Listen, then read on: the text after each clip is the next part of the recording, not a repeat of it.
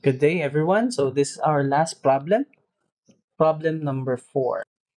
Now, as you can see here, medyo kakaiba tong sample natin kasi the givens are now in slope, no? Hindi na siya degree. Pwede po ba yan sa calculator? Yes. Kailangan nga lang i-convert natin itong slope into a degree form. Now, dito pa rin tayo kukuha ng 0 degree, no? Pero ngayon, the rotation is now a clockwise rotation. Pwede pa rin po yan.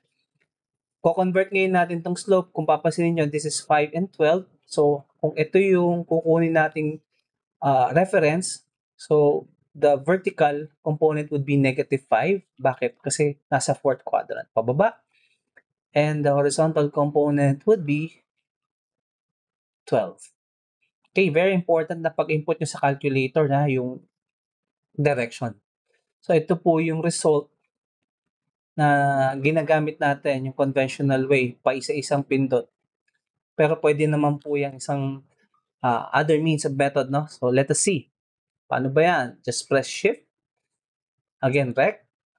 And the magnitude is 260. So yun pa rin ang magnitude. Then comma. Now, para maging degree yan, just press arctangent or shift tangent and then opposite, di ba? Ang opposite is -5. Don't forget the -5, no? Negative. And the adjacent, so katawa, adjacent would be 12. Then, i-close lang po natin ang twice. And as you can see, the same answer. Sa x is 240. Just like here. Ayan, 240. And the y is -100. Tama po yung kanyang location. Ayan, the same na the same.